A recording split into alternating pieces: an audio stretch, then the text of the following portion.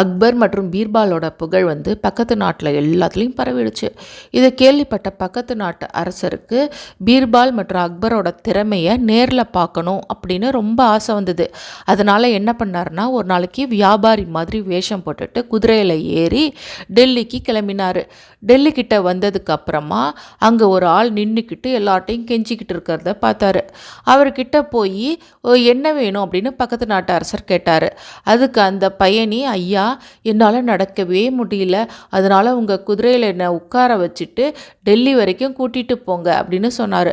உடனே அந்த பக்கத்து நாட்டு அரசரும் இறக்கப்பட்டு அவனை தன்னோட குதிரையில் உட்கார வச்சு இவர் நடந்து டெல்லியை நோக்கி போனாங்க. டெல்லி கிட்ட போனது, கோட்டை கிட்ட போனது உடனே அந்த பயணியை கீழே இறங்க சொன்னார்.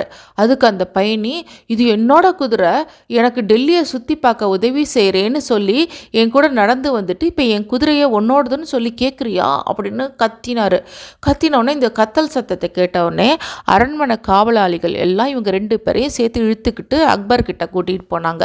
அந்த பக்கத்து நாட்டு அரசரை பார்க்கும்போது ரொம்ப கம்பீரமாக இருந்ததுனால அக்பருக்கு சந்தேகம் வந்துடுச்சு. அதனால அந்த வழக்கை பீர்பாலை விசாரிக்க சொன்னார்.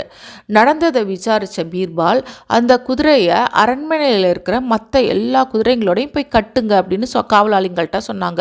கொஞ்சம் நேரம் கழித்து அந்த அரசரையும் அந்த பயணியையும் கூட்டிக்கிட்டு பீர்பால் அந்த குதிரைங்கள் இருக்கிற இடத்துக்கு போனாங்க. உங்கள் குதிரை எதுன்னு முதல்ல கண்டுபிடி அப்படின்னு அந்த இன்னொருத்தன்ட்ட கேட்ட பயணிக்கிட்ட. அந்த பயணிக்கு அந்த குதிரைங்க எல்லாம் ஒரே மாதிரி இருந்ததுனால அவனுக்கு தெரியல, திருன்னு முழிச்சிட்டான். அதனால அவனை அரெஸ்ட் பண்ண சொல்லி பீர்பால் சொன்னதுனால அவனை சிறைக்கு இழுத்துட்டு போயிட்டாங்க. அடுத்ததாக அந்த குதிரையை கண்டுபிடிக்க சொல்லி பக்கத்து நாட்டு அரசருக்கு சொன்னார் பீர்பால். அரசர் சரியாக அந்த குதிரையை கண்டுபிடிச்சு அதுக்கிட்ட போய் நின்னார். அந்த குதிரையும் அவர்கிட்ட தலையை ஆட்டிச்சு.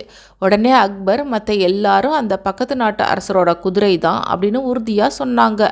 ஆனால் பீர்பால் மட்டும் இல்லை, இந்த குதிரையோட முதுகில் அரசர்கள் உட்கார்ற மாதிரி சப்பரம் போட்ட தழும்பு இருக்குது, அதனால இது ஏதோ ஒரு ராஜாவோட குதிரை, இதை எங்கே திருடிட்டு வந்த அப்படின்னு கேட்டார்.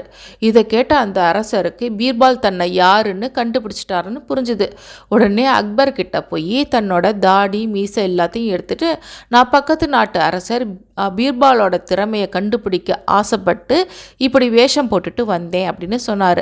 அப்படி வந்ததுனால இங்கே ஒரு சிக்கல் ஏற்பட்டு என்னோட கண்ணாலேயே அக்பர் பீர்பாலோட அரசவை ஏன் உலக புகழ் பெற்றிருக்கு அப்படின்னு தெரிஞ்சுக்கிட்டேன் அப்படின்னு சொன்னார்.